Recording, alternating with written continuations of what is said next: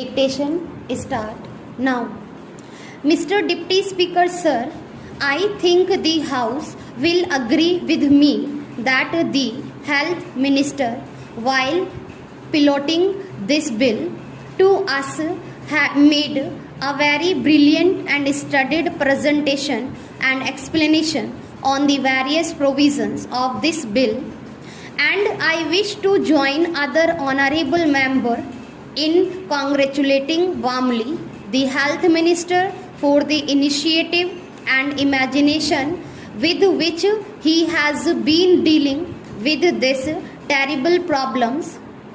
This is a good measure in the right direction because of the fact that several of the honorable members who have spoken before me have touched on the various aspects of the law. I would rather view this piece of legislation more from human and philosophical angles than from a purely legalistic angle. A piece of legislation such as this, which is a social economic legislation, obviously is to be preceded by public opinion. I understand that it is only the pressure of the public opinion which has compelled the government to proceed in the right direction, and they have rightly done, but it is the continuous pressure of public opinion which will make the government find out what are the effective ways and provisions in the legislation and what are the defective things which can be later on removed by further amendments. I hope the government will have a consent eye on how the public opinion reacts to the various legal and penal provision contained in this measure. The post-war period, particularly since 1945, has been a period of tremendous advances in science and technology. But the trouble is that though science and technology have advanced, that advance is unaccompanied by an equally good advance in spirituality and truth. When science and technology unaccompanied by spirituality and truth go ahead, they create havoc sometimes, and one of the havocs created is what we see today.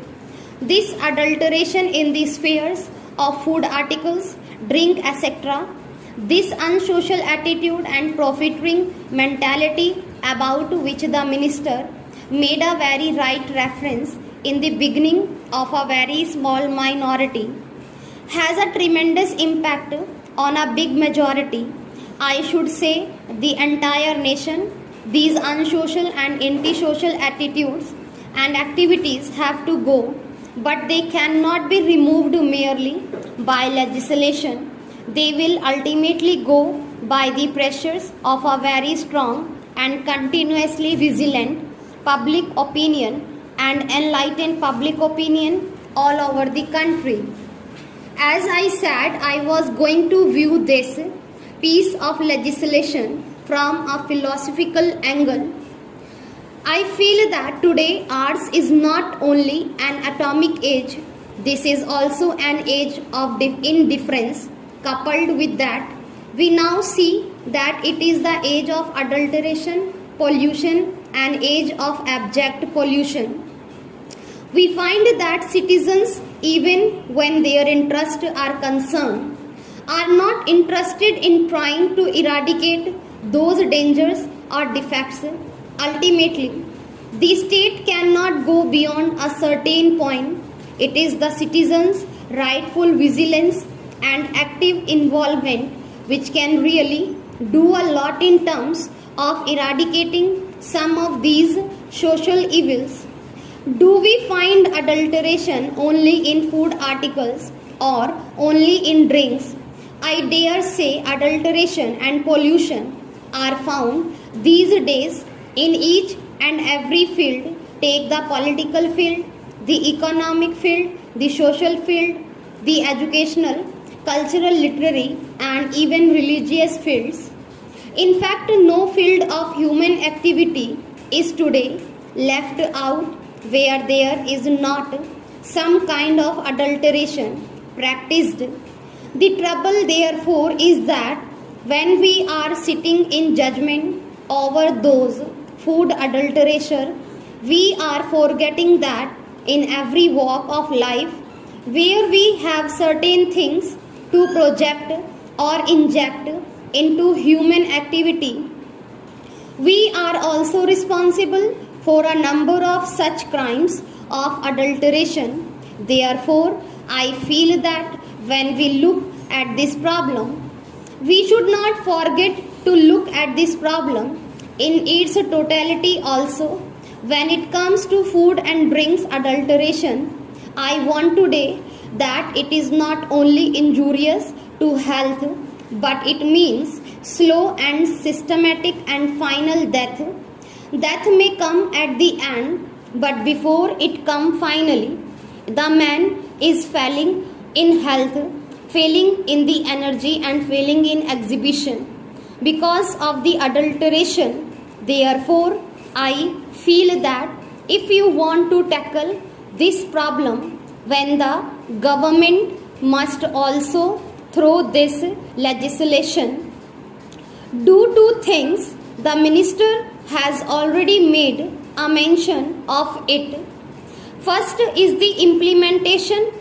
Implementation must be quick and speedy, and he must guard against possible increase in corruption. Also, because after all, when the state machinery or any machinery for that matter has to implement, we must not empower that machinery with such powers that the honest and the innocent are harassed. I know the minister himself said in the beginning that undue punishment and harassment will not be done to honest traders in this regard. Therefore, I want that the implementation should be quick, and at the same time proper safeguards should be there to see that corruption does not creep in a greater amount.